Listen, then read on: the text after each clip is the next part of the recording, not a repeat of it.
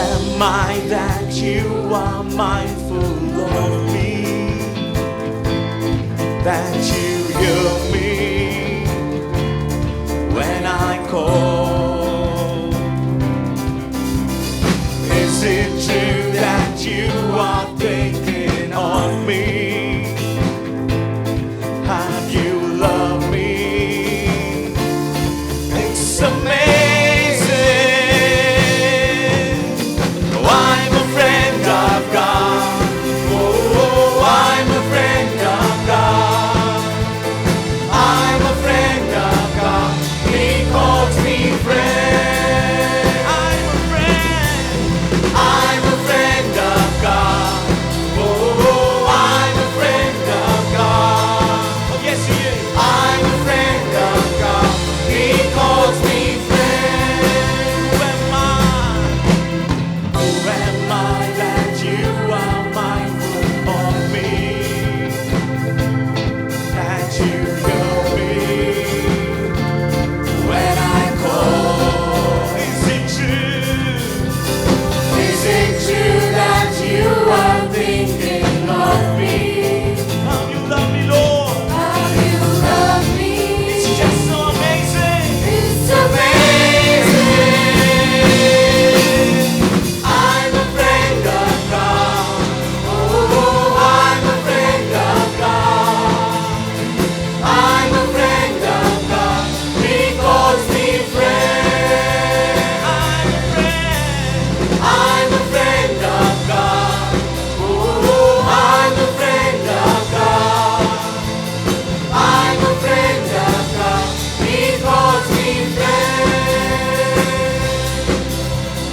God Almighty, Lord of glory, you have called me friend. God Almighty, Lord of glory, you have called me friend. God Almighty, God Almighty, God of glory, you have called me friend. One last time, God Almighty. Oh yes, Lord of glory, you have called me friend. Sing it out. I'm a friend of God. Oh, I'm a friend of God. I'm a friend of God. He calls me friend. I'm a friend. I'm a friend of God. Oh, I'm a friend of God. I'm a friend of God. He calls me friend. He calls me friend. He calls me friend.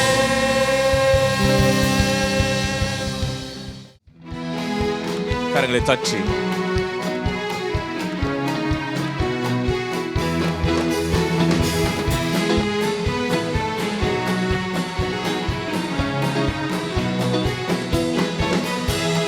நன்றியா துதி பாடு, நம் இயேசுவை நாவாலே என்றும் பாடு. நன்றியா துதி பாடு, நம் இயேசுவை நாவாலே என்றும் பாடு. சொல்லுவோமா? வல்லவர் வல்லவர் நல்லவர் போதுமானவர், வார்த்தையில் உண்மையுள்ளவர். வல்லவர் நல்லவர் போதுமானவர், வார்த்தையில் உண்மையுள்ளவர். நன்றியா நன்றியா துதி பாடு, நம் இயேசுவை நாவாலே என்றும் பாடு. நன்றியா நன்றியா துதி பாடு, நம் இயேசுவை நாவாலே என்றும் பாடு. எரிகோ மதிலும் முன்னே வந்தாலும், எரிகோ மதிலும் முன்னே வந்தாலும், இயேசு உந்தன் முன்னே செல்கிறார். எரிகோ மதிலும் முன்னே வந்தாலும், இயேசு உந்தன் முன்னே செல்கிறார். கலங்கிடாதே கலங்கிடாதே, திகைத்திடாதே, துதியினால் இருந்து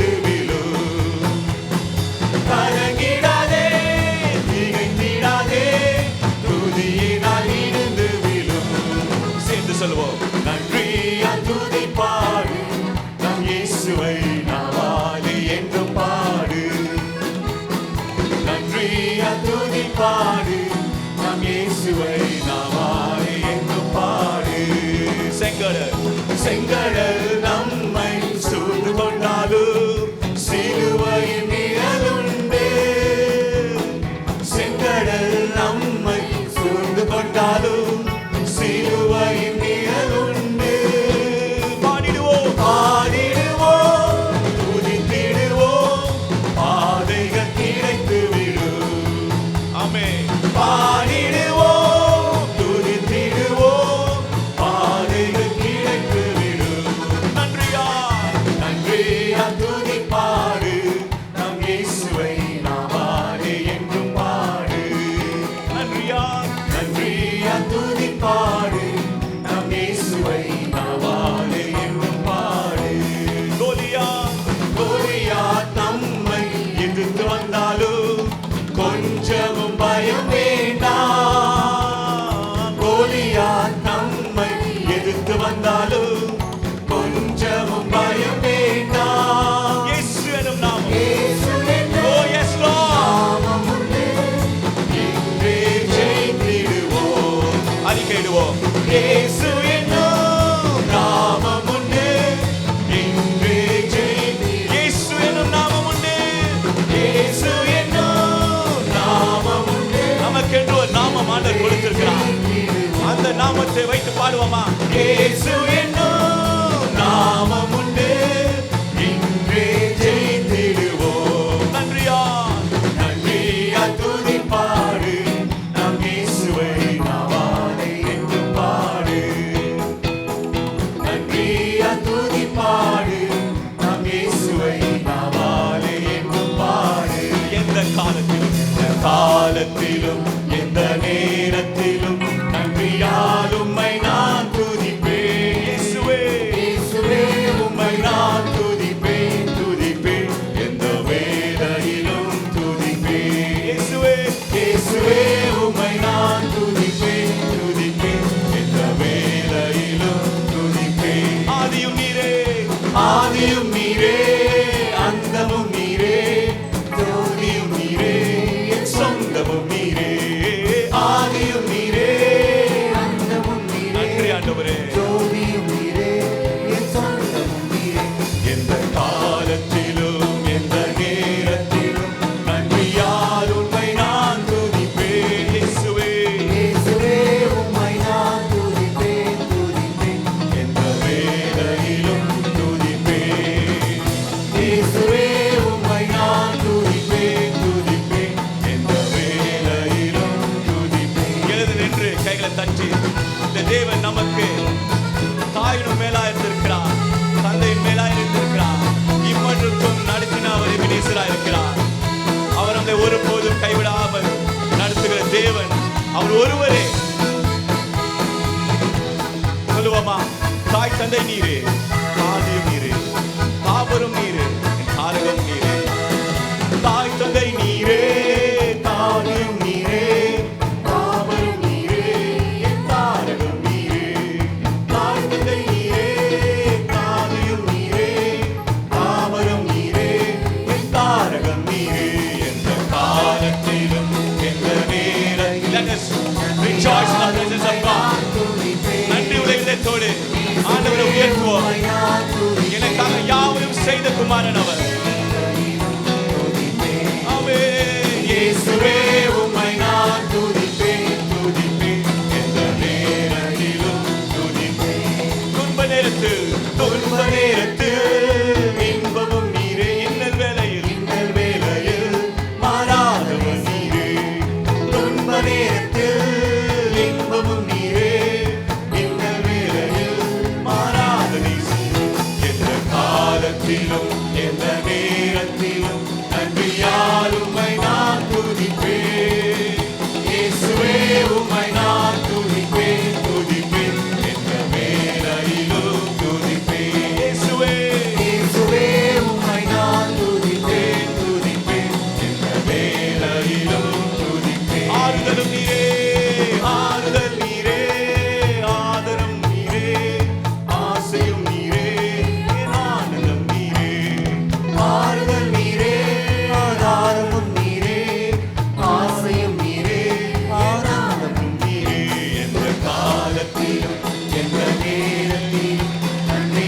வாழ்நாள் உம்மை நான் துதிப்பேன். இயேசுவே இயேசுவே உம்மை நான் துதிப்பேன் துதிப்பேன் வேளையிலும் துதிப்பேன். இயேசுவே இயேசுவே உம்மை நான் துதிப்பேன் உம்மை துதிக்க ஒரு பாக்கியம் எனக்கு கிடைத்திருக்கிறது காலவேளையில் ஆண்டவரே. இயேசுவே இயேசுவே உம்மை நான் துதிப்பேன் துதிப்பேன் இந்த வேளையிலும் துதிப்பேன். சொல்லுவோமா? இயேசுவே இயேசுவே உம்மை நான் துதிப்பேன் ஆண்டவரே வேளையிலும் துதிப்பேன். இயேசுவே இயேசுவே உம்மை நான் துதிப்பேன் துதிப்பேன் இந்த வேளையிலும் துதிப்பேன். இயேசுவே இயேசுவே உம்மை நான் துதிப்பேன் துதிப்பேன் இந்த வேளையிலும் துதிப்பேன். சொல்லுவோம் இயேசுவே. கஷ்டம் இருந்தாலும் நெருக்கம் இருந்தாலும் ஓ அப்பா வியாதி இருந்தாலும் கடன் இருந்தாலும் ஆண்டவரே நெருப்பான பகுதியில் நின்று கொண்டிருந்தாலும் எந்த வேலையிலும் ஆண்டவரே உம்மை துதித்துக் கொண்டே இருப்பேன். ஓ ஜீசஸ் இயேசுவே இயேசுவே உம்மை நான் துதிப்பேன் துதிப்பேன் இந்த வேளையிலும் துதிப்பேன். இயேசுவே இயேசுவே உம்மை நான் துதிப்பேன் துதிப்பேன் இந்த வேளையிலும் துதிப்பேன். இயேசுவே இயேசுவே உம்மை நான் துதிப்பேன் துதிப்பேன் இந்த வேளையிலும் துதிப்பேன். Oh, thank you Jesus. Hallelujah, hallelujah. மறவாமல் நினைத்தீரையா மனதார நன்றி சொல்வேன். என்னை மறவாமல் நினைத்தீரையா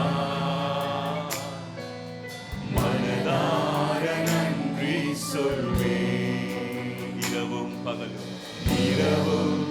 பகலும் என்னை நினைத்து இதுவரை உணர்த்தினீரே. இரவும் பகலும் என்னை நினைத்து இதுவரை நடத்தினீரே. நன்றி நன்றி ஐயா, கோடி கோடி நன்றி ஐயா. நன்றி நன்றி நன்றி ஐயா, கோடி கோடி நன்றி ஐயா. சொல்லுவோமா? எபினேச நீதானையா இதுவரை உதவினீரே. எபினேச நீதானையா இதுவரை உதவினீரே. எல்ரோயி எல்ரோயி எல்ரோயி என்னையும் கண்டீரே. எப்படி நான் நன்றி சொல்வேன். அப்பா எல்ரோயி எல்ரோயி என்னையும் கண்டீரே. எப்படி நான் நன்றி சொல்வேன். நன்றி நன்றி ஐயா, கோடி கோடி நன்றி ஐயா. நன்றி நன்றி நன்றி ஐயா, கோடி கோடி நன்றி ஐயா. பலவீன நேரங்களில் பலவீன நேரங்களில் தந்தீரையா. பலவீன நேரங்களில் தந்தீரையா. சுகமானே சுகமானே சுகமானே தழும்புகளால் சுகமானே. என் குடும்ப மருத்துவ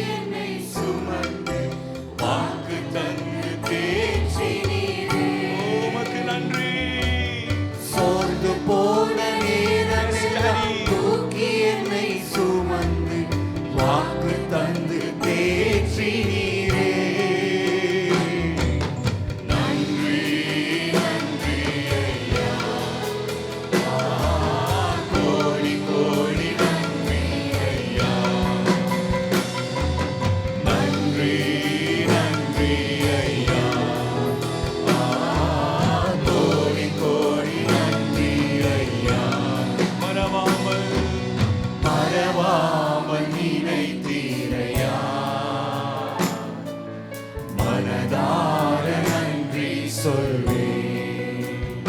என்னை மறவாமல் நினைத்தீரையா,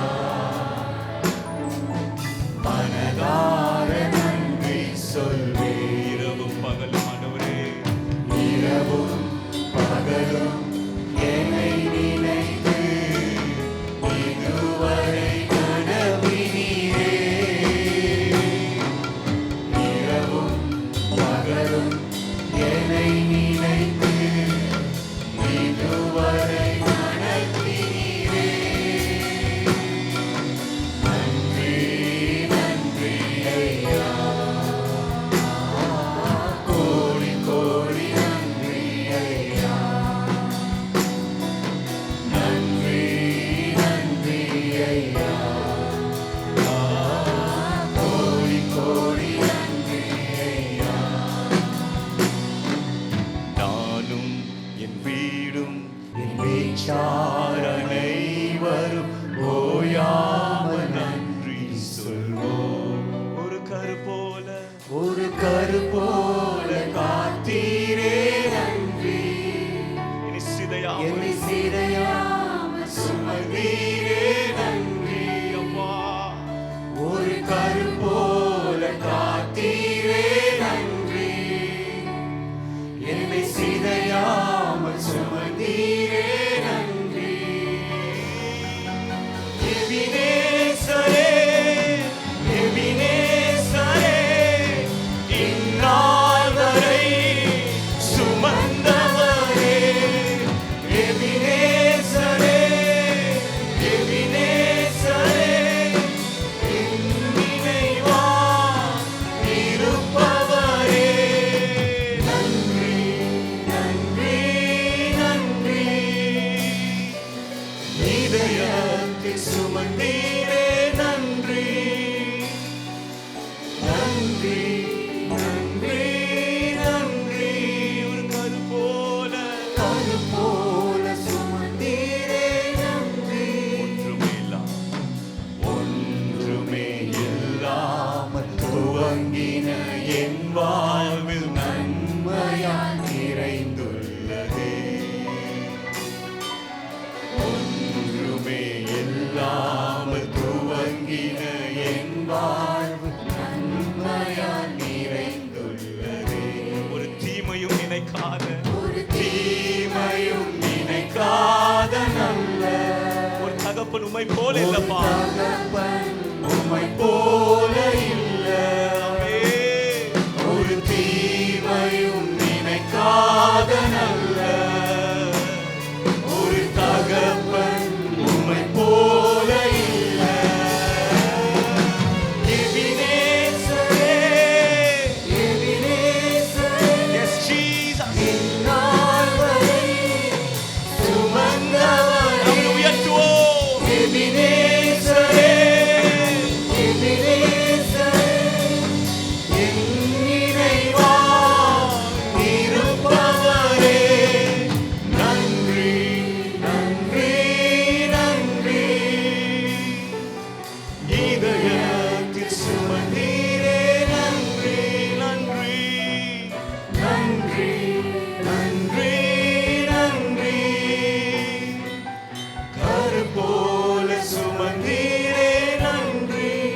அன்றன்று காண அன்றன்று காண என் தேவைகள் யாவையும் உம் கரம் நல்கியதே. அன்றன்று காண என் தேவைகள் யாவையும் உம் கரம் நல்கியதே. நீ நடத்திடும் விதங்களை சொல்ல ஒரு பூரண வார்த்தையே இல்ல. நீ நடத்திடும் விதங்களை சொல்ல ஒரு பூரண வார்த்தையே இல்ல.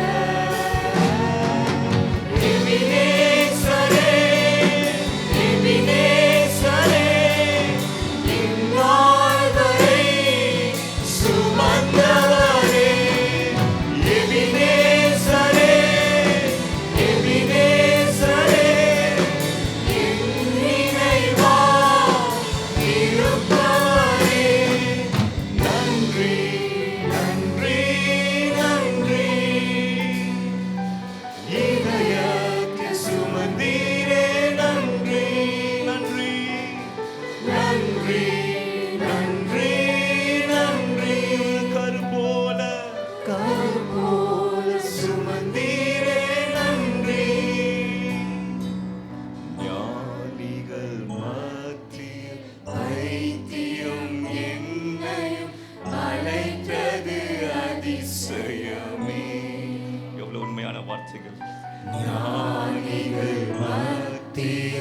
வைத்தியம் என்னையும் அழைத்தது அதிசயமே.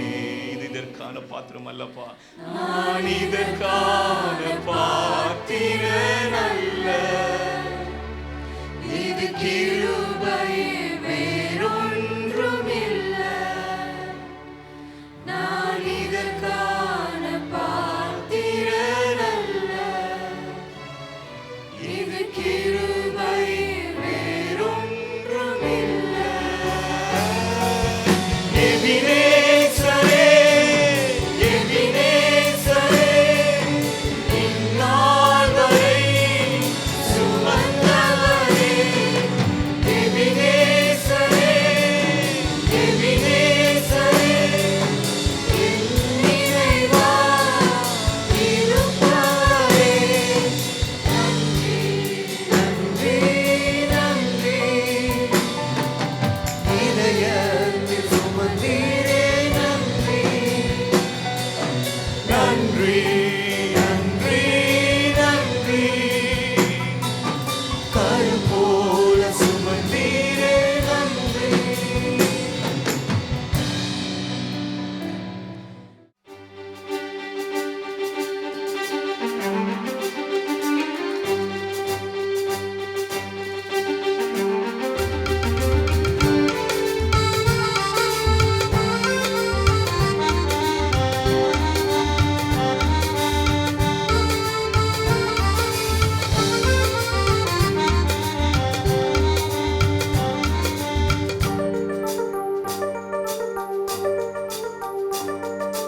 நீரின்றி வாழ்வேது இறைவா, உன் நினைவின்றி மகிழ்வேது தேவா. நீரின்றி வாழ்வேது இறைவா, உன் நினைவின்றி மகிழ்வேது தேவா. உலகத்தில் 100 ஆண்டு நான் வாழ்ந்த போதும், உலகத்தில் 100 ஆண்டு நான் வாழ்ந்த போதும், உம் இல்லத்தில்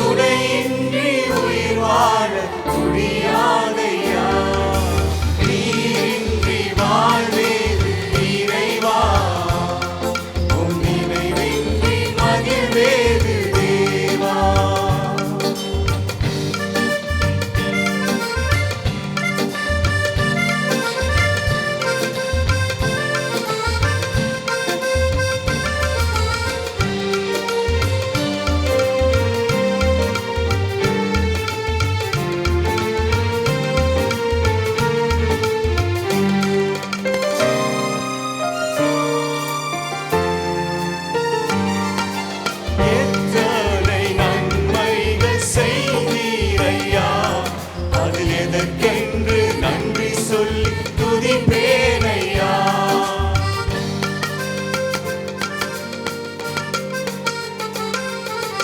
எத்தனை நன்மைகள் செய்தீரையா, அது எதற்கென்று நன்றி சொல்லி துதிப்பேனையா.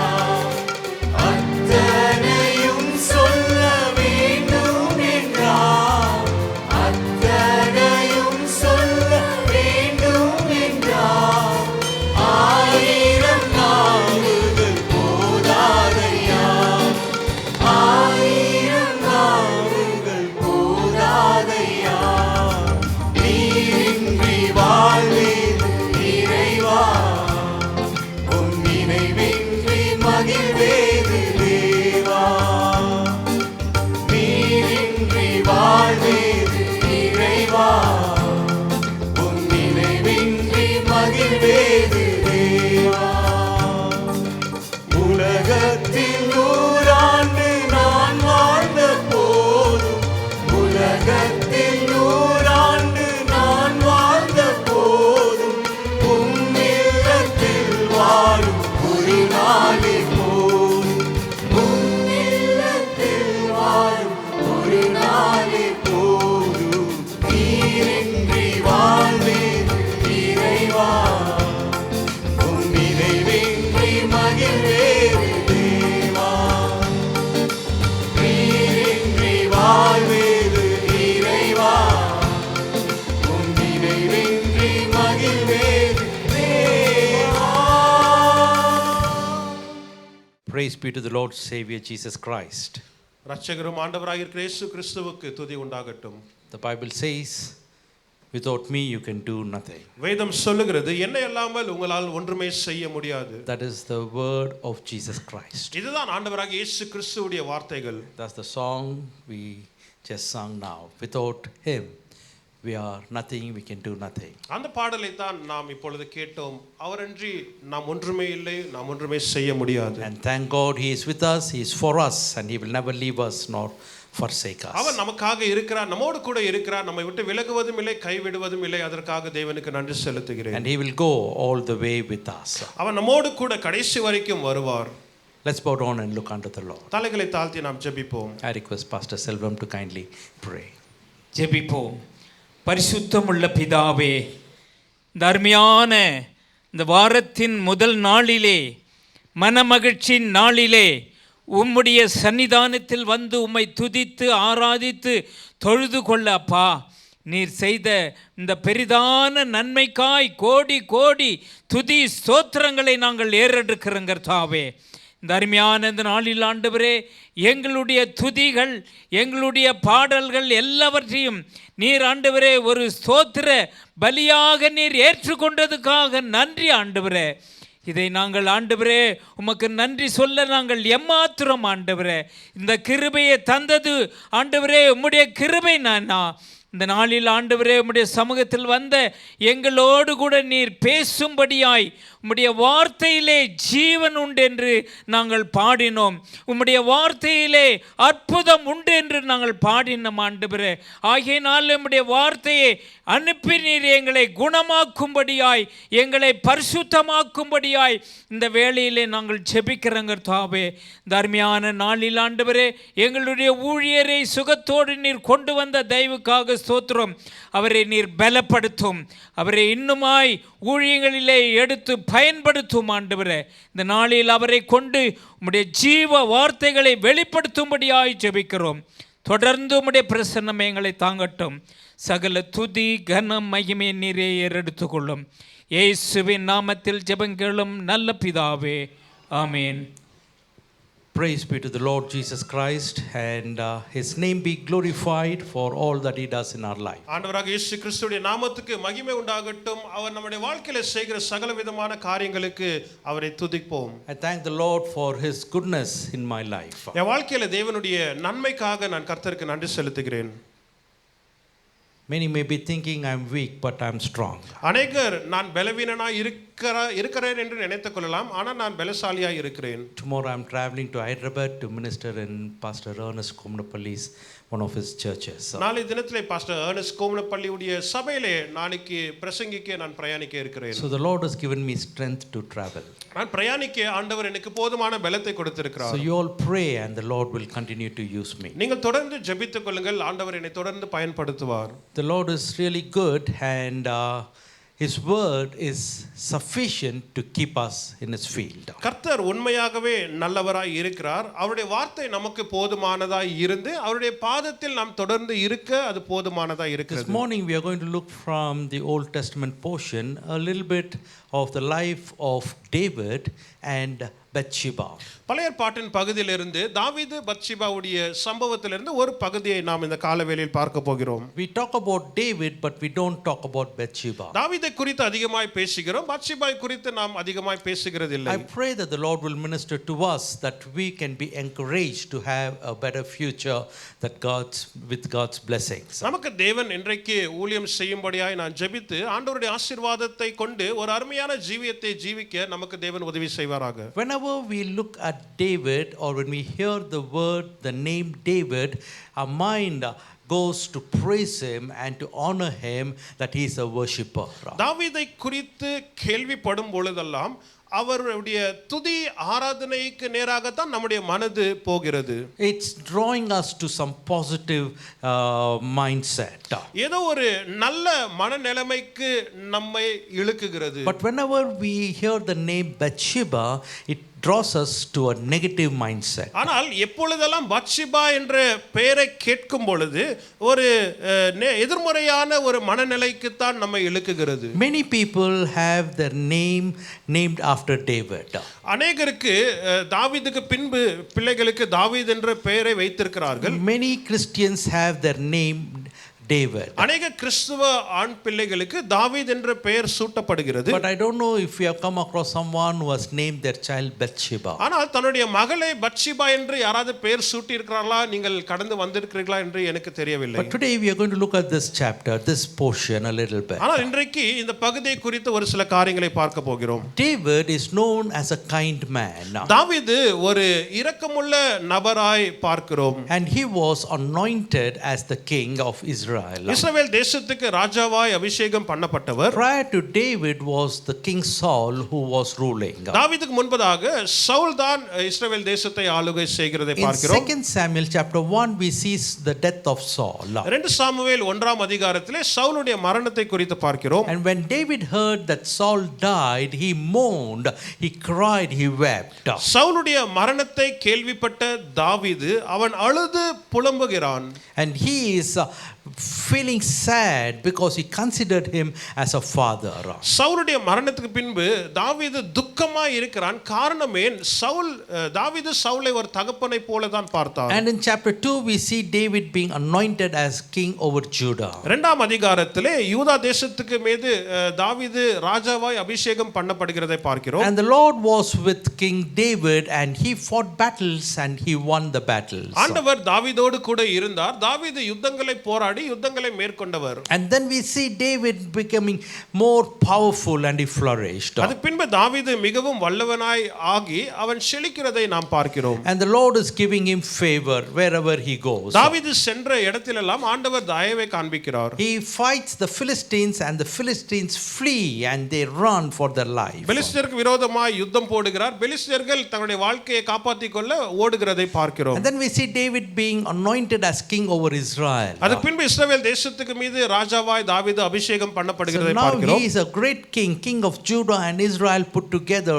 He is the king. இப்பொழுது யூதா தேசத்துக்கும் இஸ்ரவேல் தேசத்துக்கும் தாவீது ராஜாவாய் இருக்கிறார். And when he is the king of Israel, he is bringing the ark of the covenant into the great city of David. இஸ்ரவேலுக்கு ராஜாவாய் ஆன பின்பு இந்த உடன்படிக்கை பெட்டியை மறுபடியுமாக தாவீது கொண்டு வருகிறார். And when he is traveling to this Jerusalem, he is dancing and is praising and is glorifying the Lord. எருசலேமுக்கு பிரயாணிக்கிற தாவீது நடனமாடி ஆண்டவரை துதித்து ஆராதிக்கிறார். And then he gives bread, he gives meat, he gives many things that his people wanted to have அதுக்கு பின்பு as gifts. அதுக்கு பின்பு தன்னுடைய ஜனங்களுக்கு ஒரு ஈவாக அப்பங்களையும் மாம்சத்தையும் தாவீது ஜனங்களுக்கு தருகிறதை பார்க்கிறோம். And he gives them all dry fruits that they could all have. அவர்களுக்கெல்லாம் ட்ரை ஃப்ரூட்ஸை கொடுத்து அவர்கள் புசிக்க So கொடுக்கிறார். there was a great celebration. We see David as a generous man. ஒரு மிகுந்த பெரிய கொண்டாட்டத்தை பார்க்கிறோம். தாவீது ஒரு உதாரமுள்ள குணசாலியாய் நாம் இந்த இடத்திலே பார்க்கிறோம். Then he is a man who's grateful. Therefore he is asking, is there anyone left in the family of Saul? And they brought Mephibosheth, and he is keeping him in his closest place and taking care of him. அதுக்கு பின்பு தாவீதை இரக்கமுள்ள நபராய் பார்க்கிறோம். அவர் கேட்கிறார், சவுலுடைய வம்சத்திலே இன்னும் கிருபை பாராட்ட யாராவது இருக்கிறார்களா என்று கேட்கும் பொழுது மெஃபிபோஷத்தை உள்ளே கொண்டு வந்து மெஃபிபோஷத்துக்கு அவர் கிருபை வழங்குகிறதை நாம் பார்க்கிறோம். So we see David was a man who was kind hearted. தாவீது மென்மை உள்ள இருதய உடையவனாய் நாம் பார்க்கிறோம். So first few chapters of 2 Samuel you can see David was anointed, David prayed, David praised, David worshipped, and David was kind. 2 Samuel அதிகாரத்திலே ஒரு சில ஆரம்ப வசனங்களிலே அத்தியாயத்திலே பார்க்கும் பொழுது தாவீது இரக்கமுள்ளவன், தாவீது அபிஷேகம் பண்ணப்பட்டவன், தாவீது அருமையான நன்மையான காரியங்களை செய்கிற அந்த பகுதிகளை பார்க்கிறோம். And he was powerful, he won the battles and the Lord was with him. அவர் வல்லமை உள்ளவராய் இருந்தார், யுத்தங்களை ஜெயித்தார், காரணம் தேவன் அவரோடு கூட இருந்ததனாலே. But now comes chapter 11. இப்பொழுது 11ஆம் அதிகாரத்துக்கு வருகிறோம். Turn with me to chapter 11 of 2 Samuel. 2 Samuel 11ஆம் அதிகாரத்துக்கு வேதத்தை திருப்புங்கள். Here we see the temptation is coming to this man David. இந்த இடத்திலே தாவீதுக்கு ஒரு சோதனை வருகிறதை பார்க்கிறோம். He is climbing the ladder and he is being elevated step by step. அவர் உயர்வு அடைந்து கொண்டே இருக்கிறார், படிப்படியாக தாவீது உயர்கிறார். And now he has to reach another level. That's where the temptation comes. இப்பொழுது தாவீது வேற ஒரு பரிமாணத்தை அவன் தொட வேண்டும். அப்பொழுதுதான் இந்த சோதனை தாவீதுக்கு வருகிறது. The Lord's plan was that David should build the temple. ஆண்டவருடைய திட்டம் என்ன? தாவீது தான் தேவாலயத்தை கட்ட வேண்டும் என்று. The Lord gave him the wisdom that the temple will be built by David. தாவீது மூலமாய் தான் தேவாலயத்தை கட்ட வேண்டும் என்று ஆண்டவர் தாவீதுக்கு போதுமான ஞானத்தை But தருகிறார். before that great work had to begin, there was a temptation that came his way. ஆனால் ஒரு மிகப்பெரிய பணியை துவக்கிறதுக்கு முன்பதாக தாவீதுக்கு நேராக ஒரு சோதனை வருகிறது. The first few chapters of 2 Samuel we see many people died in the war because David went and he won the war. 2 சாமுவேலின் ஆரம்ப பகுதிகளிலே நாம் பார்க்கிறோம், ஏராளமான ஜனங்கள் மரித்து போனார்கள். காரணம் ஏன்? தாவீது யுத்தத்திலே போய் இவர்களை சாவடிக்கிறதை நாம் பார்க்கிறோம். Many are killed, many are destroyed. அநேகர் சாகப்பட்டு அழிக்கப்பட்டு இருக்கிறார்கள். The Ammonites come under the feet of David. அமோரியர்கள் தாவீதுடைய பாதத்தில் The வருகிறார்கள். Philistines they come under David. பெலிஸ்தியர்கள் தாவீதின் கீழ் வருகிறார்கள். The Syrians come under David. சிரிய தேசத்தின் ஆட்கள் தாவீதுடைய காலுக்கு வருகிறார்கள். Imagine in that war how many death would have occurred. கற்பனை பண்ணி பாருங்கள், அந்த யுத்தத்தில் எத்தனை பேர் மரித்திருப்பார்கள். And all those are credited to David as a warrior. அவர்கள் எல்லோரும் தாவீது ஒரு மிகப்பெரிய வீரனாய் இருக்கிறதுனால இவ்விதமாய் நடந்தது. But now when he wants to build the temple, ஆனால் இப்பொழுது தேவாலயத்தை கட்ட வேண்டும் என்றால் that's when the Lord is speaking to David. அந்த இடத்துல தான் ஆண்டவர் தாவீதிடத்தில் பேசுகிறார். You are not going to build the temple நீ தேவாலயத்தை கட்ட போகிறதில்லை. because there is blood in your hand. காரணமே உன்னுடைய கை இரத்த கரையா இருக்கிறது. The Lord is not speaking about the war blood that is in his hand. ஆண்டவர் யுத்தத்தின் நிமித்தமாய் வருகிற இரத்தத்தை குறித்து தாவீதிடத்தில் பேசவில்லை. But the Lord is speaking to him about the one murder that occurred because of him, which was the soldier Uriah. ஆனால் ஆண்டவர் எதை குறித்து பேசுகிறார் என்று சொன்னால், உரியாவை கொலை செய்த அந்த கொலை நிமித்தமாய் தாவீதுடைய கரத்தில் இரத்தம் இருக்கிறது, அதை தான் ஆண்டவர் பேசுகிறார். That one bloodshed stopped him from doing that great work of building the temple of அந்த God. ஒரு மனுஷனுடைய இரத்த சிந்துதலின் நிமித்தமாக தேவாலயத்தை கட்டுகிற பணியிலிருந்து தாவீது நிறுத்தப்படுகிறார். But even there God shows him favor that your son who is born through Uriah's wife, who has become your wife, will build my temple. அந்த இடத்திலும் ஆண்டவர் தாவீதுக்கு இரக்கத்தை காண்பிக்கிறார். நீ கொலை செய்ய கொலை செய்த நபருடைய மனைவி இப்பொழுது உன்னுடைய மனைவியா இருக்கிறார். உங்கள் இருவர் மூலமாய் வருகிற பிள்ளை நிமித்தமாய் தேவாலயத்தை நான் கட்டப் போகிறேன். It is through Solomon the temple was built. Solomon மூலமாய் தான் தேவாலயம் கட்டப்படுகிறது. God in all his ways is just and is also gracious. ஆண்டவர் தன்னுடைய எல்லா வழிகளிலும் அவர் கிருபை நிறைந்தவராய் இருக்கிறார். அவர் நீதி செய்கிற தேவனாய் There is இருக்கிறார். consequences, and those consequences are hard for us to accept, but still in that consequence there is grace and there's some benefits because he is gracious. விளைவுகள் இருக்கிறது, அது நமக்கு கடினமாய் இருந்தாலும் அந்த விளைவுகள் நடுவில் கிருபை இருக்கிறது. ஏனென்றால் தேவன் கிருபை நிறைந்த தேவன். So we got to understand God is always gracious. நாம் புரிந்து கொள்ள வேண்டும், தேவன் எப்பொழுதும் கிருபை நிறைந்த தேவன். So when you talk about David, we have pity on him because he didn't build the temple. நாம் தாவீதை குறித்து பேசும் பொழுது அவன் மீது பரிதாப நிலைமை இருக்கிறது. காரணம் தாவீது தேவாலயத்தை கட்ட முடியவில்லை. When we think of David, we think good things about him. தாவீதை குறித்து நினைக்கும் பொழுது நன்மையான காரியங்களை தான் நாம் நினைக்கிறோம். But in chapter 11 we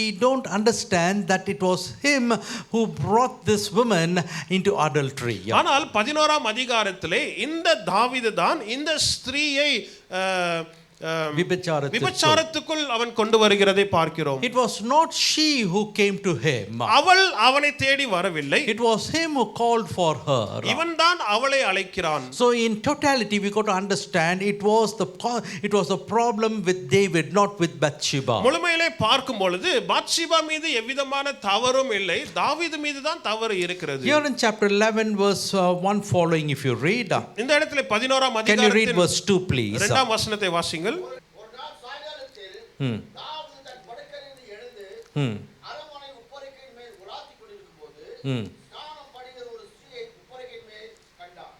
அந்த ஸ்திரீ வெகு சௌந்தரியாய் இருந்தாள். அப்பொழுது தாவீது அந்த ஸ்திரீ யார் என்று விசாரிக்க ஆள் அனுப்பினான். அவள் எலியாவின் குமாரத்தியும் ஏத்தியனாகிய உரியாவின் மனைவியுமாகிய பத்சேபாள் என்றார். Yes, here we see that David one evening after he relaxed in his temple, he walks in his balcony. இந்த இடத்துல தாவீது பார்க்கிறோம் தன்னுடைய அரண்மனையில் மாலை வேளையில் அவன் நடந்து கொண்டு இருக்கிற இவ்வேளையில், and when he was in the balcony he is peeping out and is looking at the city of David. அவன் பால்கனியில் நடந்து கொண்டு இருக்கும் பொழுது பட்டணத்தை அவன் எட்டி பார்த்து இவ்விதமான காரியங்களை He கவனிக்கிறான். saw a woman having a bath. ஒரு ஸ்திரீ அங்க குளித்துக் கொண்டு இருக்கிறதை பார்க்கிறான். She was doing the right thing because she was not supposed to use the common bathroom because of the issue of blood. அவள் சரியான காரியத்தை தான் செய்து கொண்டு இருக்கிறார். தனிப்பட்ட கழிவறையை அவள் பயன்படுத்த கூடாது. காரணம் அவள் போய் கொண்டு இருக்கிற சூழ்நிலை நிமித்தமாக. That was the law. Because of the issue of blood she cannot use the common bathroom. இரத்தப்போக்கின் நிமித்தமாக அவள் பொதுவான கழிவறையை பயன்படுத்த கூடாது. அவர் இவ்வாறு தான் செய்ய வேண்டும். அதுதான் பிரமாணம். She isolated herself as per the teachings of the law and she was cleansing herself. இந்த நியாயப்பிரமாணத்தின் உபதேசத்துக்கு படியாக அவள் தன்னையே பிரித்தெடுத்துக் கொண்டு இவ்விதமான காரியங்களை செய்து கொண்டு இருந்தாள். And this man David, he looks at her. இந்த மனுஷனாகிய தாவீது இவளை இப்பொழுது பார்க்கிறான். And then he is falling for her.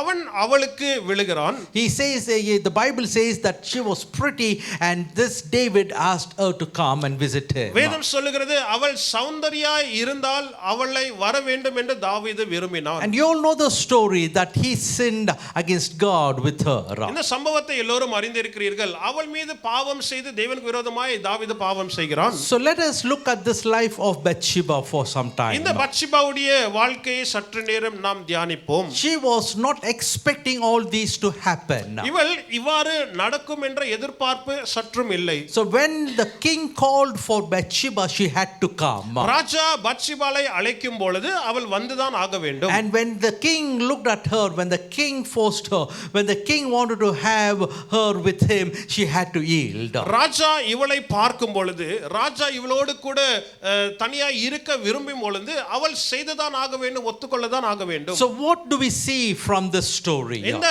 சம்பவத்திலிருந்து எதை நாம் பார்க்கிறோம்? When she was invited, she had to come. அவள் வரவழைக்கப்படும் பொழுது அவள் வந்துதான் ஆக வேண்டும். And then she became a victim. அதுக்கு பின்பு அவள் பாதிக்கப்பட்டவளாய் மாறுகிறாள். So we see Bathsheba as a powerless victim in the sight of King David. பத்ஷிபா தாவீது ராஜாவுக்கு முன்பதாக ஒரு வல்லமையற்ற ஒரு நிலைமையிலே அவளை பார்க்க She முடிகிறது. was a powerless victim. அவர் வல்லமையற்ற ஒரு பாதிக்கப்பட்டவளாய் இருக்கிறாள். She had no power over that situation. அந்த சூழ்நிலை மீது அவளுக்கு எவ்விதமான பலனும் வல்லமையும் இல்லை. She had no way of coming out of that அந்த situation. சூழ்நிலை விட்டு அவள் வர முடியாம தான் So இருக்கிறாள். first we see her as a powerless victim. முதலாவது வல்லமையற்ற ஒரு பாதிக்கப்பட்டவளாய் நாம் பார்க்கிறோம். That's what we see when prophet Nathan comes and confronts King David.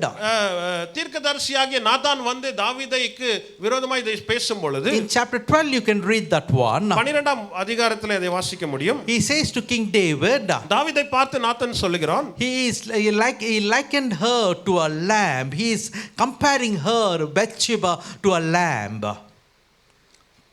ஆட்டுக்குட்டி. பாத்ஷிபாவை ஒரு ஆட்டுக்குட்டிக்கு ஒப்பிட்டு நாதான் பேசுகிறான். And Nathan is saying that the neighbor, he killed that lamb to be a feast for the other person who's come. நாதான் சொல்லுகிறான், அயலகத்தான் இந்த ஆட்டுக்குட்டியை வெட்டி வருகிற விருந்தாளிக்கு இவன் அதை உணவாய் கொடுக்கிறது போல. He is portraying this lamb there. இந்த ஆட்டுக்குட்டியை அந்த இடத்திலே அவன் பிரதிபலிக்கிறான். A poor lamb that has been violated. ஒரு எளிமையான ஆட்டுக்குட்டி எப்படி அத்துமீறி செயல்படுகிறதோ, King David is angry at that situation. அந்த சூழ்நிலை பார்த்து தாவீது மிகவும் கோபம் கொள்ளுகிறான். Because when Nathan is speaking, he is not speaking directly to David about his sin. நாதான் பேசும் பொழுது தாவீதுக்கு நேரடியாக அவன் செய்த பாவத்தை குறித்து அவன் பேசுகிறதில்லை. He is speaking in riddle in this chapter 12. அவன் விடுகதை மூலமாய் அவன் பேசுகிறான் இந்த சூழ்நிலையில். And David is getting angry. He is telling that they have to give 4 times for that lamb that was slain. தாவீது இதை கேட்டு அவன் கோபம் கொள்ளுகிறான். அவர்கள் வெட்டின ஆட்டுக்கு 4 முறை அந்த காரியத்தை சரிப்படுத்த If you வேண்டும் read என்று. verse 5, you can read that one. 5ஆம் வசனத்தை வாசிப்போம்.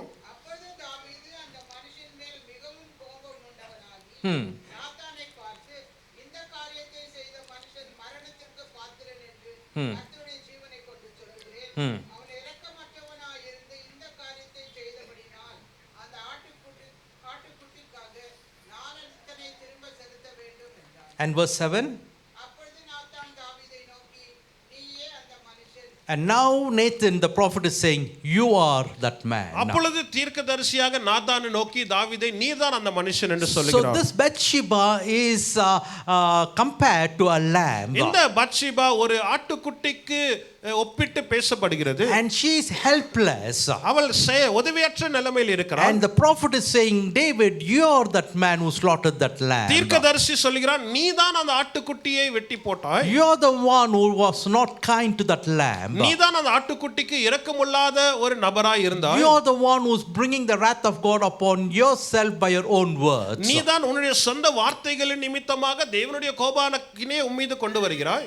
A poor lamb that had been violated. அந்த ஆட்டுக்குட்டி பாவமாய் இருக்கிறது, அது அத்துமீறி செயல்படுகிறது. We don't know, the Bible is silent whether Bathsheba was a willing partner or participant in that adultery. அந்த செயல்முறையிலே பத்ஷிபா தானாக வந்தாளா என்ற அந்த காரியம் வேதம் சொல்லுகிறது இல்லை. We do not know whether she was whether she was willing in that. அவள் அதிலே தானாகவே வந்தாளா என்று நமக்கு தெரியவில்லை. But the Bible says வேதம் சொல்லுகிறது that she was helpless like a lamb. அவள் உதவியற்ற ஒரு நிலைமையில் இந்த ஆட்டுக்குட்டியை போல தான் அவள் இருந்தாள். And David comforted her.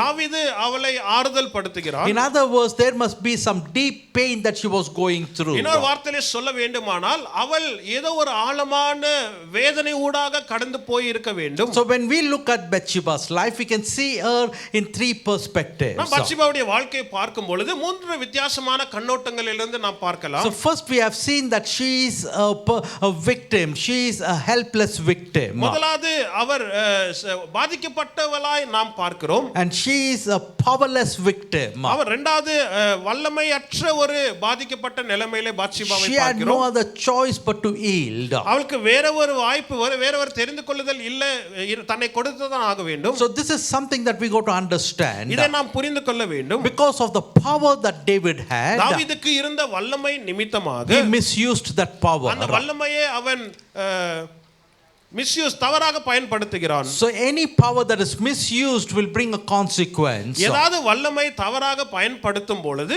அது பின்விளைவு வரும். And that consequence is very hard. அந்த விளைவுகள் மிகவும் கடினமாய் இருக்கும். The consequence for David was he was not able to build that great temple that the Lord wanted to build. தாவீதுக்கு வந்த விளைவுகள் என்னவென்று சொன்னால் தேவனுக்கென்று தேவாலயத்தை கட்ட வேண்டும் இருந்தது, அது தடை செய்யப்பட்டது. He was not able to build that. அவன் அதை கட்ட முடியவில்லை. A huge project, he couldn't do it. ஒரு பெரிய ப்ராஜெக்ட்டை அவன் செய்ய முடியாமல் போனான். But still we see the grace of God coming upon his son. இருந்தாலும் தேவனுடைய கிருபை தன்னுடைய மகன் மீது வருகிறதை நாம் பார்க்கிறோம். But this Bathsheba was a powerless victim. இந்த பத்ஷிபா ஒரு வல்லமையற்ற ஒரு பாதிக்கப்பட்டவள். She was overtaken by unexpected circumstances. அவள் சற்றும் எதிர்பாராத சூழ்நிலைகள் நிமித்தமாய் அத்துமீற செய்யப்பட்டாள். Some of us we get into a trap unexpectedly. ஒரு சிலர் நாம் எதிர்பாராத விதத்திலே ஒரு கட்டுக்குள் நாம் சிக்கிக் கொள்கிறோம். She got into a trap that was unexpected. எதிர்பாராத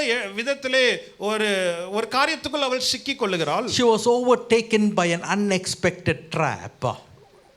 எதிர்பாராத ஒரு இக்கட்டான காரியத்திலே அவள் சிக்கிக் கொள்கிறதை நாம் பார்க்கிறோம். She was locked into a situation. ஒரு சூழ்நிலைக்குள் கட்டப்பட்டவளாய் இருந்தால் She didn't even imagine that she will be in that situation. இப்பேற்பட்ட சூழ்நிலைக்குள் இருப்பேன் என்று சற்றும் அவள் கற்பனை செய்யவில்லை. She was bound in a situation. அந்த சூழ்நிலையிலே அவர் கட்டப்பட்டவளாய் இருக்கிறார். Maybe you are going through some situation that you didn't expect. ஒருவேளை நீங்களும் எதிர்பாராத சூழ்நிலை ஊடாக நீங்கள் கடந்து போய் It இருக்கலாம். was not something that you asked for, it has come upon you. நீங்கள் எது கேட்டது ஒன்று அல்ல, அது தானாகவே உங்கள் மீது வந்த ஒரு சூழ்நிலை. You didn't expect all these things to happen in your இவைகள் life. நடக்கும் என்று நீங்கள் சற்றும் எதிர்பார்க்கவில்லை. But it has come and overshadowed you now. இருந்தாலும் அவைகள் வந்து உன் மீது ஏறி இருக்கிறது. You're helpless. நீங்கள் உதவியற்ற நிலைமையில் You இருக்கிறீர்கள். have become a powerless victim. நீங்கள் ஒரு வல்லமையற்ற ஒரு பாதிக்கப்பட்டவராய் So she இருக்கிறீர்கள். was in an unexpected circumstance. அவள் ஒரு எதிர்பாராத சூழ்நிலையில் சிக்கிக் கொண்டிருந்தாள். She did not expect that the king will one day violate her. ஒரு ராஜா இப்படியாக எனக்கு செய்வார் என்று அவள் சற்றும் எதிர்பார்க்கவில்லை. The king who was supposed to protect her is now violating. தன்னை பாதுகாக்க வேண்டிய ராஜாவே தனக்கு விரோதமா இப்படியாக ஒரு செயலுக்குள் அவர் ஈடுபடுகிறார். The king who was adorned, who was glorified, who was honored by the entire nation Israel is crossing his boundaries. முழு இஸ்ரவேல் தேசத்தால் போற்றப்பட்ட புகழப்பட்ட ஒரு ராஜா இப்பொழுது தன்னுடைய பவுண்டரிஸை விட்டு எல்லையை விட்டு அவர் கடந்து இவ்வாறு செய்கிறதை பார்க்கிறோம். It is bringing a disgrace upon himself and the nation. அவன் மீது தேசத்தின் மீது ஒரு டிஸ்கிரேஸை கொண்டு வருகிறதை பார்க்கிறோம். But this lady, she is in an unexpected situation. She did not even expect that situation. ஆனால் இந்த ஸ்திரீயோ தான் எதிர்பாராத ஒரு சூழ்நிலைக்குள் இப்பொழுது சிக்கிக் கொண்டு இருக்கிறாள். So the first thing that she is facing is அவள் முதலாவது சந்திக்கிற காரியம் என்னவென்றால் an unexpected situation. எதிர்பாராத ஒரு சூழ்நிலை. She did not expect that. அந்த சூழ்நிலை அவர் சற்றும் எதிர்பார்க்கவில்லை.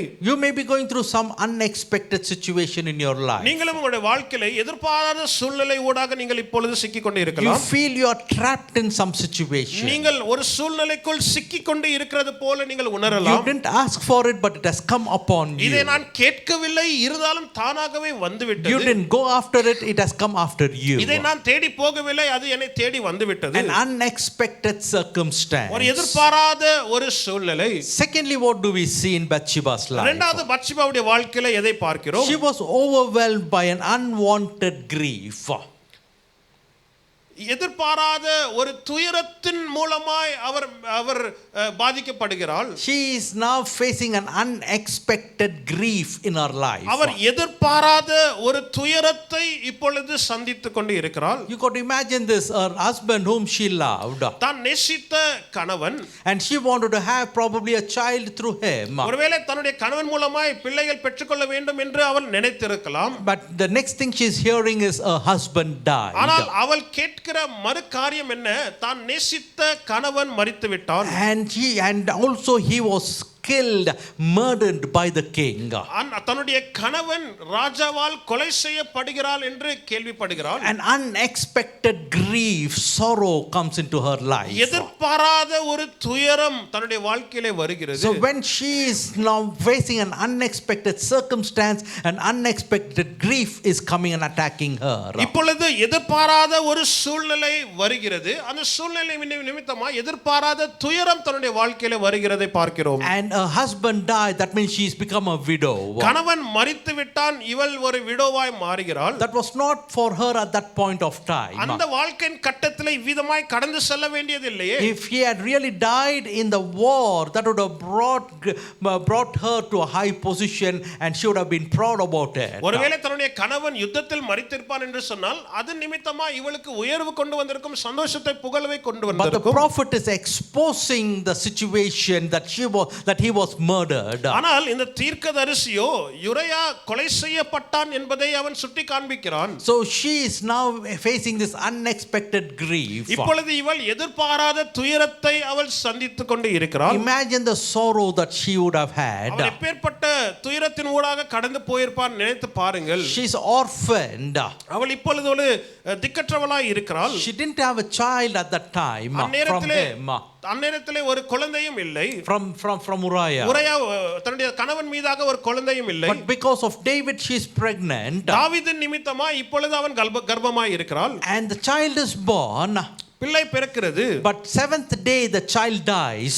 ஏழாம் நாளிலே அந்த பிறந்த குழந்தை மரிக்கிறது. The husband is gone and the child is also gone. கணவனும் மரித்து விட்டான், குழந்தையும் மரித்து விட்டது. An innocent man died. ஒரு அப்பாவியான மனுஷன் மரித்து விட்டான். An innocent child died. ஒரு அப்பாவி குழந்தை மரித்து விட்டது. Imagine her emotional feeling that she would have been going through. அவளுடைய உடைக்கப்பட்ட நிலைமையை நீங்கள் கற்பனை செய்து பாருங்கள். Bathsheba should have been crying day and night. பத்ஷிபா இரவும் பகலும் அவள் அழுது புலம்பிக் கொண்டு இருக்க Do வேண்டும். I deserve this life? இந்த வாழ்க்கைக்கு நான் தகுதி உள்ளவளா? Did I ask for this life? இந்த வாழ்க்கைக்கு நான் எதிர்பார்த்து கேட்டேனா? Maybe I am in a palace. நான் ஒருவேளை அரண்மனைக்குள் இருக்கலாம். I didn't ask for this palace. இந்த அரண்மனை வாழ்க்கையை நான் கேட்கவில்லை. She would have been thinking my life in the other side with the soldiers' quarters was better than me living in this palace. எனக்கு இந்த அரண்மனையிலே தங்குவதை பார்க்கிலும் அரண்மனைக்கு அப்பாற்பட்ட இருக்கிற அந்த குவார்ட்டர்ஸ்ல எனக்கு தங்குவது நலமாய் இருந்திருக்கும். Innocent man died. ஒரு அப்பாவியான மனுஷன் மரித்து விட்டான். An innocent child died. ஒரு அப்பாவியான குழந்தை மரித்து விட்டது. The grief that she would have been facing. அவள் கடந்து போன துயரத்தை நினைத்து பாருங்கள். Two people of our own blood died. தன்னுடைய ரத்தம் சம்பந்தப்பட்ட ரெண்டு நபர் மரித்து விட்டார்கள். Unwanted grief overwhelmed her. தேவையில்லாத துயரம் அவளை மேற்கொண்டது. But the Bible says, வேதம் சொல்லுகிறது, the Bible does not end there. வேதம் அங்க முடிக்கவில்லை. She is not a powerless victim now. இப்பொழுது அவர் வல்லமையற்ற ஒரு பாதிக்கப்பட்டவளாய் இல்லை. The Bible portrays her life that God started to look at her. வேதம் அவருடைய வாழ்க்கையை பிரதிபலித்து ஆண்டவர் தன்னுடைய வாழ்க்கையிலே கிரியை செய்ய தொடங்கிட்டார் என்று வேதம் சொல்லுகிறது. God gave David a heart to comfort her. தாவீதுக்கு ஆண்டவர் இருதயத்தை கொடுத்து இவளை ஆறுதல் படுத்த செய்கிறார். And then God gave her a son, and that son is Solomon. பின்பு ஆண்டவர் அவளுக்கு ஒரு குழந்தையை கொடுக்கிறார், அந்த பிள்ளைதான் Solomon. And God raised Solomon to be the next king. ஆண்டவர் சாலமோனை உயர்த்தி அடுத்த ராஜாவாய் ஏற்படுத்துகிறார். In other words, the mandate was given to this woman.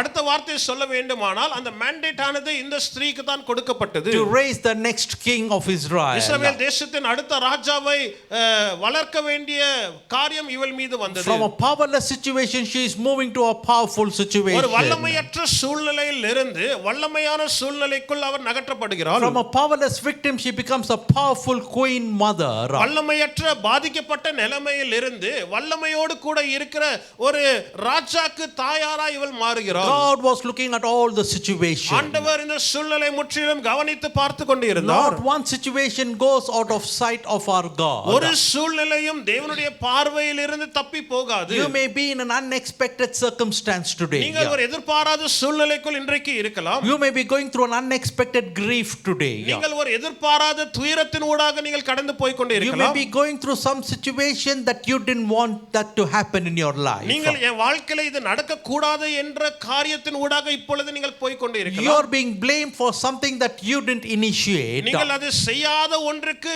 நீங்கள் தவறாய் பேசப்படுகிறீர்கள். You are being ridiculed. நீங்கள் புறக்கணிக்கப்படுகிறீர்கள். You are being looked bad. நீங்கள் தவறான விதத்திலே பார்க்கப்படுகிறீர்கள். Maybe people are telling, why do you have to go there? ஒருவேளை ஜனங்கள் சொல்லலாம், நீ ஏன் அந்த இடத்துக்கு போக வேண்டும்? But they don't know what you are going through inside your ஆனால் heart. உங்களுடைய இருதயத்துக்குள் நீங்கள் எதன் ஊடாக கடந்து போகிறீர்கள் என்று The பேசுகிற ஜனங்களுக்கு the தெரியாது. whole kingdom would have criticized Bathsheba. முழு ராஜாங்கமும் இந்த பத்ஷிபாவை தவறாய் பேசியிருக்கும். The ministers would have ridiculed அங்க her. வேலை செய்கிற ஆட்கள் தவறாய் பேசியிருப்பார்கள். She wouldn't have had anything there that was favoring her. அவளுக்கு சாதகமாய் அந்த இடத்திலே ஒன்றுமே இல்லை. Everybody looking down upon her. எல்லோரும் அவரை தரைக்குறைவா தான் பார்க்கிறார்கள். A powerless victim. ஒரு வல்லமையற்ற பாதிக்கப்பட்டவள். A person who was ridiculed. அவள் புறக்கணிக்கப்பட்ட ஏளனமாய் பேசின ஒரு நபர். But the Lord was watching over ஆனால் her. தேவன் அவரை பார்த்து கொண்டே The இருந்தார். Lord's eyes were upon கர்த்தருடைய her. கண்கள் இவள் மீது இருந்தது. And the Lord blessed her with Solomon. ஆண்டவர் சாலமோனை கொடுத்து இவளை ஆசீர்வதிக்கிறார். She gave birth to the wisest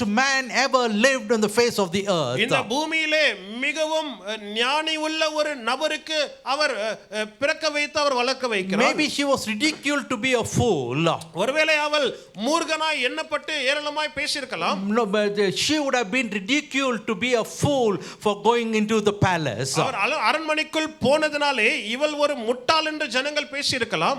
People would have told she has no sense. இவளுக்கு சுயநலமே இல்லை, ஞானமே இல்லை என்று ஜனங்கள் பேசியிருக்கலாம். People would have said that she is a person who has no wisdom. எந்த ஞானமும் இல்லாத ஒரு நபர் என்று இவளை பார்த்து Look சொல்லியிருக்கலாம். at the situation she brought upon herself. தன் மீது கொண்டு வந்த சூழ்நிலையை பாருங்களே. She lost her husband. தன்னுடைய கணவனை இழந்து She விட்டாள். lost her child. தன்னுடைய பிள்ளையை இழந்து விட்டாள். She is a fool. இவள் ஒரு முட்டாள். But through her comes the wisest man. ஆனால் அவள் மூலமாய் தான் மிகப்பெரிய ஞானி The வருகிறார். Lord watches over you when you are despised. நீங்கள் புறக்கணிக்கப்பட்டு ஏளனமாய் பேசப்படும் பொழுது தேவன் உங்களை கவனிக்கிறார். When you are going through an unexpected situation, God is watching over you. நீங்கள் எதிர்பாராத சூழ்நிலை ஊடாக கடந்து போகும் பொழுது தேவன் உங்களை கவனித்துக் கொண்டே When இருக்கிறார். it is not your fault and when you are being blamed, the Lord is watching over you. உங்களுடைய தவறு ஒன்றுமே இல்லை, இருந்தாலும் நீங்கள் பேசப்பட்டீர்கள் என்று சொன்னால் தேவன் அதையும் And கவனித்திருக்கிறார். the Lord elevated her to be the queen mother. ஆண்டவர் இந்த ராஜாவுக்கு ஒரு தாயா இருக்கும்படியாக பத்ஷிபாவை உயர்த்துகிறார். Turn with me to 1 Kings chapter 2 verse 19. 1 ராஜாக்கள் 2ஆம் அதிகாரம் 19ஆம் வசனத்துக்கு Here திருப்புங்கள். we see how she has been elevated. இந்த இடத்திலே எப்பேற்பட்ட உயர்வு வருகிறது என்று பார்க்கிறோம். Can you read 1 Kings chapter 2 verse 19? 1 ராஜாக்கள் 2ஆம் அதிகாரம் 19ஆம் வசனத்தை வாசிங்கள். பத்சேபா அதோனியாவுக்காக ராஜாவாகிய சாலொமோனிடத்தில் பேசும்படி போனாள். அப்பொழுது ராஜா எழுந்திருந்து அவளுக்கு எதிர்கொண்டு வந்து அவளை வணங்கி தன் சிங்காசனத்தின் மேல் உட்கார்ந்து ராஜாவின் தாயார் தன் வலது புறமாக உட்கார அவளுக்கு ஒரு ஆசனத்தை வைத்தான். A lady who was a powerless victim.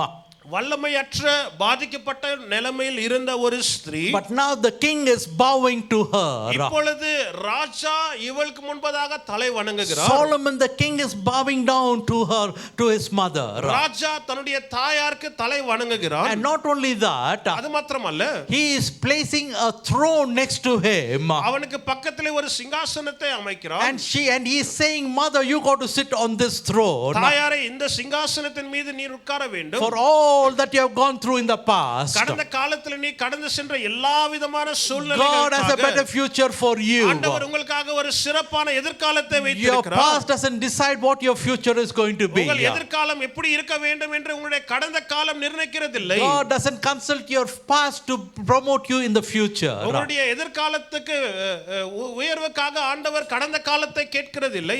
The king himself bowed down to this lady ராஜா தாமே இந்த ஸ்திரீக்கு தலை and வணங்குகிறார். gave her a throne to sit on it. அவளுக்கு ஒரு சிங்காசனத்தை கொடுத்து உட்கார வைக்கிறார். This is what we should understand. இதைதான் நாம் புரிந்து கொள்ள வேண்டும். The Lord will not just let you go the way you are. ஆண்டவர் நீங்கள் இருக்கிற வண்ணமாகவே நீங்கள் அப்படியே போகும்படியாக விட You மாட்டார். may be a powerless victim today. நீங்கள் இன்றைக்கு ஒரு வல்லமையற்ற பாதிக்கப்பட்ட A நிலைமையில் இருக்கலாம். powerless victim of an unknown circumstance. ஒரு அறியாத ஒரு சூழ்நிலைகள் நிமித்தமாய் ஒரு வல்லமையற்ற பாதிக்கப்பட்ட நிலைமையில் நீங்கள் இருக்கலாம். Or a collateral damage to speak. மிகப்பெரிய ஒரு அழிவு உங்களுக்கு வந்தது. Things have been very bad in your life. உங்களுடைய வாழ்க்கையில காரியங்கள் மிகவும் மோசமான நிலைமைக்குள் வந்தது. But the Bible is filled with so many records that the Lord watches over the people who are depressed. ஆனால் வேதத்திலே அதிகமான காரியங்கள் பதிவு செய்கிறதை பார்க்கிறோம்.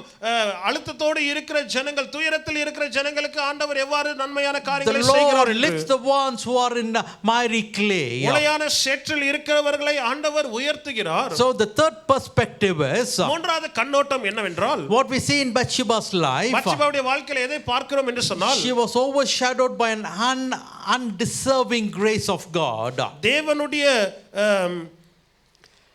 undeserving An undeserving grace was given upon her. தகுதியற்ற தேவனுடைய கிருபை அவள் மீது வருகிறதை நாம் She பார்க்கிறோம். didn't deserve that kind of grace for God to give her. ஆண்டவர் இப்பேற்பட்ட கிருபையை தர இவளுக்கு எவ்விதமான தகுதியும் இல்லை. The Lord looked at her situation. ஆண்டவர் அவருடைய சூழ்நிலையை கண்ணோக்கி The பார்க்கிறார். Lord is looking at her right from the time that she became a victim. அவள் பாதிக்கப்பட்ட நிலைமையிலிருந்து ஆண்டவர் தன்னுடைய வாழ்க்கையை கவனித்து வருகிறார். What God gave this woman ஆண்டவர் இந்த ஸ்திரீக்கு எதை கொடுத்தாரோ was a place of highest honor. அது உயர்ந்த கனத்துக்குரிய ஒரு பதவியை ஆண்டவர் தருகிறார். The king bowing down to her was not the highest honor. ராஜா இவளுக்கு தலை வணங்குகிறது ஒரு உயர்ந்த காரியம் அல்ல. The king giving a throne next to him was not the highest order. ராஜா தன் பக்கத்தில் இன்னொரு த்ரோனை கொடுக்கிறது ஒரு பெரிய புகழ் அல்ல. But God gave her the lineage of Jesus himself. ஆனால் ஆண்டவர்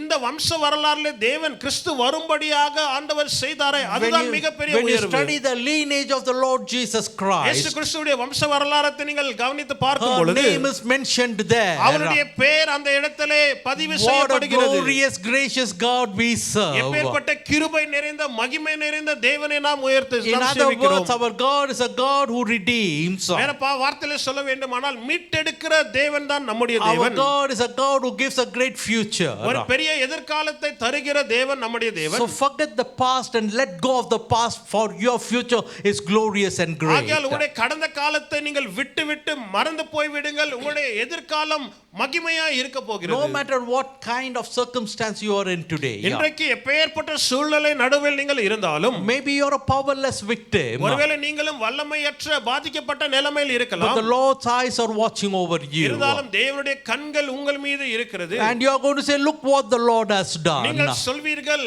கர்த்தர் செய்ததை நீங்கள் பாருங்கள். And we are going to turn back and see your condition. நீங்கள் திரும்பி பார்த்து உங்களுடைய சூழ்நிலையை பார்ப்பீர்கள். I was nothing. நான் ஒன்றுமே இல்லாத நிலைமையில் I இருந்தேன். was a dust. நான் ஒரு தூசியா இருந்தேன். I was a no person. நான் ஒரு ஒன்றுமே இல்லாத நிலைமையில் I இருந்தேன். was trapped in an unexpected circumstance. எதிர்பாராத சூழ்நிலைக்குள் நான் சிக்கிக் கொண்டு இருந்தேன். And you are going to say, look what the Lord has done. கர்த்தர் செய்ததை பாருங்கள் என்று நீங்கள் சொல்வீர்கள். That was the testimony of Bathsheba. அதுதான் பத்சேபாவுடைய சாட்சி. And the Lord will help us come out of our situation. நம்முடைய சூழ்நிலையில் இருந்து நாம் வெளியே வர கர்த்தர் நமக்கு உதவி செய்வார். A story of a young girl. ஒரு சிறுமையுடைய கதை.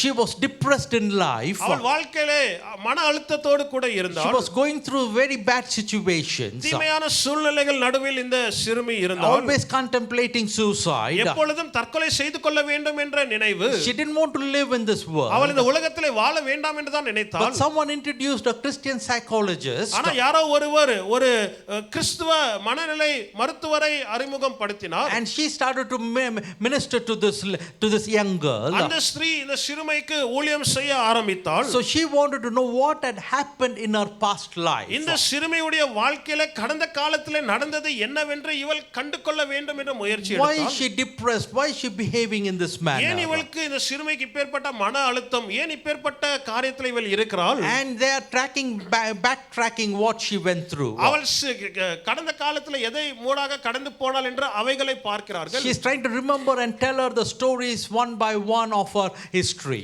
அந்த சிறுமி தன்னுடைய சிறு வயதிலே நடந்த காரியங்களை சம்பவத்தை நினைத்து ஒவ்வொன்றாக அவள் ஒப்பிக்கிறாள். Finally, they identified one situation. இறுதியிலே ஒரு சூழ்நிலை இவர்கள் அடையாளம் கண்டு கொண்டார்கள். When she was in her middle school, அவர் மிடில் ஸ்கூலில் இருக்கும் பொழுது her teacher ridiculed her தன்னுடைய டீச்சர் ஏளனமாய் பேசினார் என்று because சொன்னார். she didn't perform well in her exam. காரணமே தேர்விலே இவள் சரியாக செய்யவில்லை.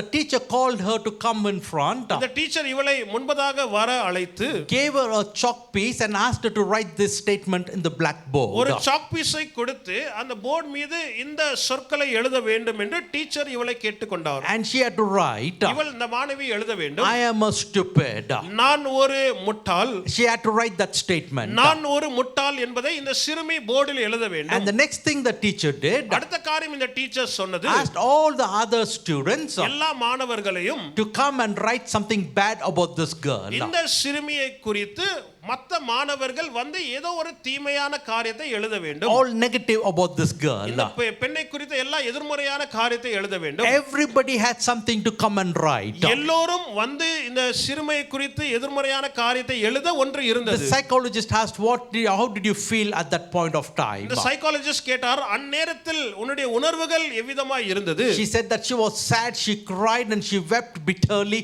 and she didn't want to live. இவள் சொன்னார், நான் மிகவும் சோகத்துக்குள் ஆனாலே நான் அழுது புலம்பினேன், இனி வாழக்கூடாது என்று நான் நினைத்தேன். And she said it was better for me to die at this point of time rather to live. நான் வாழ்வதை பார்க்கிலும் இதே நேரத்தில் நான் மரித்து விட்டால் நலமாய் இருக்கும் என்று அந்த பெண் சொன்னாள். That situation had carried her through in that bitterness. அந்த சம்பவம் இந்த சிறுமியை கசப்புக்குள் கொண்டு வந்தது. But this psychologist, இந்த psychologist look at that young girl, அந்த சிறுமியை பார்த்து and he said, அவர் இப்படியாக சொன்னார், you know, all of them wrote bad about you. எல்லோரும் உன்னை குறித்து தவறாய் ஏதோ ஒன்றை But there எழுதினார்கள். was one person in that classroom. ஆனால் அந்த கிளாஸ் ரூம்ல ஒரு நபர் இருந்தார். He was in the back room, you didn't see. அவர் பின்புறத்தில் இருந்தால் நீ அவரை பார்க்கவில்லை. He came not with a chalk piece. அவர் ஒரு சாக் பீஸோடு கூட வரவில்லை. He came with an eraser. அவர் ஒரு எரேசரோடு கூட வந்தார். And he erased everything that was written there. அந்த இடத்திலே உன் மீது எழுதப்பட்ட சகலவற்றையும் அவர் அழித்து And விட்டார். his name is Jesus. அவருடைய பெயர் இயேசு. And he redeemed you.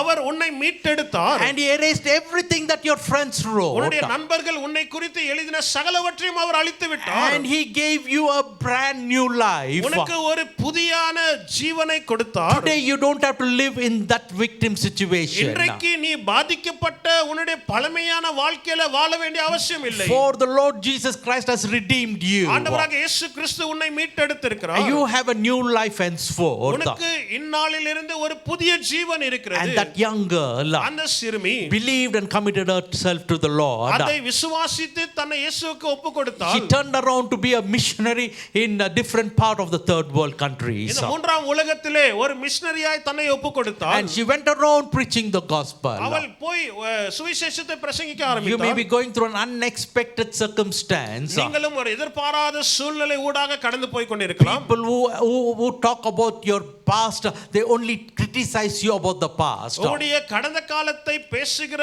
ஜனங்கள் கடந்த காலத்தை குறித்து தவறாய்த்தான் உங்களை குறித்து Your பேசிக் own கொண்டிருப்பார்கள். people always tell about your past. உங்களுடைய சொந்த ஜனங்களே உங்களுடைய கடந்த காலத்தை குறித்த சம்பவங்களை தான் பேசி சுட்டி But the Lord காண்பிப்பார்கள். Jesus Christ is talking about your future. ஆனால் ஆண்டவராகிய இயேசு கிறிஸ்துவின் எதிர்காலத்தை குறித்து பேசுகிறார். Whose report you want to believe யாருடைய today? அறிக்கையை நீங்கள் விசுவாசிக்க போகிறீர்கள்? Forget what you have gone through. நீங்கள் எதன் ஊடாக கடந்து போனீர்களோ அதை மறந்து விடுங்கள். Trust the Lord. இயேசுவை நீங்கள் நம்புங்கள். And He has a great future for you. உங்களுக்கு ஒரு நல்ல எதிர்காலத்தை அவர் வைத்திருக்கிறார். And you will be set free. நீங்கள் விடுதலையாக்கப்படுவீர்கள். Bathsheba, she was elevated. பத்ஷிபா உயர்வை பெற்றாள். And Jesus gets his lineage in her through her life. இயேசு கிறிஸ்து பத்ஷிபாவுடைய வம்ச வரலாற்றிலே அவர் வருகிறார். Her name is written in his lineage. அவர் இயேசு கிறிஸ்துவின் வம்ச வரலாற்றிலே பத்ஷிபாவுடைய பெயர் In the எழுதப்பட்டிருக்கிறது. genealogy of Jesus Christ. இயேசு கிறிஸ்துவின் வம்ச வரலாற்றிலே we see this woman's name. இந்த ஸ்திரீயுடைய பெயரை பார்க்கிறோம். The Lord has written your name in the book of life. ஆண்டவர் ஜீவ புத்தகத்திலே உங்களுடைய பெயரை எழுதி No வைத்திருக்கிறார். matter what you are going through here, இப்போ இந்த இடத்துல நீங்கள் எதனூடாக கடந்து போனாலும் praise him and thank him for the name, for your name being written in the books in the Lamb's book. அவரை துதித்து ஆராதியுங்கள். ஜீவ புத்தகத்திலே ஆட்டுக்குட்டியின் புத்தகத்திலே உங்களுடைய பெயர் எழுதப்பட்டு இருக்கிறது. For whom the Son sets free is free indeed. குமாரன் யாரை விடுதலையாக்கிறாரோ அவர்கள் மெய்யாகவே விடுதலையானார்கள். And you are free in Jesus' name. நீங்கள் இயேசுவின் நாமத்திலே விடுதலையாக்கப்பட்டீர்கள். Let's bow down and look unto the Lord. தலைகளை தாழ்த்தி நாம் இயேசுவை நோக்கி பார்ப்போம். Anybody going through such circumstance, இப்பேற்பட்ட சூழ்நிலைகள் ஊடாக யாராவது கடந்து போய் கொண்டு இருக்கிறீர்களா? the Lord wants to help you. உங்களுக்கு உதவி செய்ய வேண்டும் என்றுதான் ஆண்டவர் The இருக்கிறார். Lord is by your side. ஆண்டவர் உங்கள் அருகில் இருக்கிறார். He will never leave you nor forsake you. அவர் உங்களை விட்டு விலகுவதும் இல்லை, உங்களை கைவிடுவதும் You இல்லை. are trapped in an unexpected circumstance. நீங்கள் எதிர்பாராத சூழ்நிலைக்குள் நீங்கள் சிக்கிக் கொண்டு இருக்கிறீர்கள். You have become a powerless victim. நீங்கள் வல்லமையற்ற ஒரு பாதிக்கப்பட்டவளாய் இருக்கிறீர்கள். For no reason you are blamed. எந்த காரணமும் இல்லாமல் நீங்கள் குற்றப்பட்டு இருக்கிறீர்கள். The Lord is watching. கர்த்தர் பார்த்து கொண்டு இருக்கிறார். He will help you. அவர் உங்களுக்கு உதவி செய்வார். He will help you. அவர் நிச்சயமாக உதவி செய்வார். Anyone going through some bad situation, just lift your hand. I'm going to pray and close this service. யாராவது கடினமான இப்பேற்பட்ட சூழ்நிலைகள் நடுவில் கடந்து போய் கொண்டே இருக்கலாம், உங்களுக்காக ஜெபித்து ஆராதனை முடிக்க விரும்புகிறேன். Just lift your hand. கரங்களை உயர்த்துங்கள். Yes, I see few hands here. ஒரு சில கரங்களை நான் இந்த இடத்திலே பார்க்கிறேன். May the Lord help you கர்த்தர் உங்களுக்கு உதவி செய்வாராக. in all your situations. உங்களுடைய எல்லா சூழ்நிலைகள் நடுவில் The Lord is with you. கர்த்தர் உங்களோடு கூட இருக்கிறார். You're a victim. நீங்கள் ஒரு பாதிக்கப்பட்டவர். You're like a lamb. ஒரு ஆட்டுக்குட்டியை போல இருக்கிறீர்கள். You were not wise. நீங்கள் ஞானம் இல்லாத இருந்தீர்கள். You're trapped. நீங்கள் சிக்கிக் கொண்டு இருக்கிறீர்கள். You're ridiculed. நீங்கள் ஏளனமாய் பேசப்பட்டீர்கள். The Lord is watching everything. கர்த்தர் எல்லாவற்றையும் பார்த்து கொண்டு இருக்கிறார். A day is coming ஒரு நாள் வரும் to elevate you உங்களை உயர்த்துகிற நாள் வரும். and give you a throne. உங்களுக்கு ஒரு சிங்காசனத்தை தருவார். Whoever ridiculed you யாரெல்லாம் will see where you sit. யாரெல்லாம் உங்களை ஏளனமாய் பேசினார்களோ நீங்கள் உயர்த்தப்பட்டு உட்கார்கிற இடத்தை அவர்கள் பார்ப்பார்கள். And they'll glorify the Lord. அவர்களும் கர்த்தரை மகிமைப்படுத்துவார்கள். Heavenly Father, I pray for the ones who are lifting their hands. பரலோக பிதாவே, உயர்த்தப்பட்ட கரங்களுக்காக நாங்கள் ஜெபிக்கிறோம். You know their heart, you know their mind, you know what they are going through. அவர்களுடைய இருதயத்தை மனதை நீர் அறிந்திருக்கிறீர். எவைகளூடாக கடந்து போகிறார்கள் என்பதை நீர் அறிந்திருக்கிறீர். I pray that you will meet them and minister to them, Lord.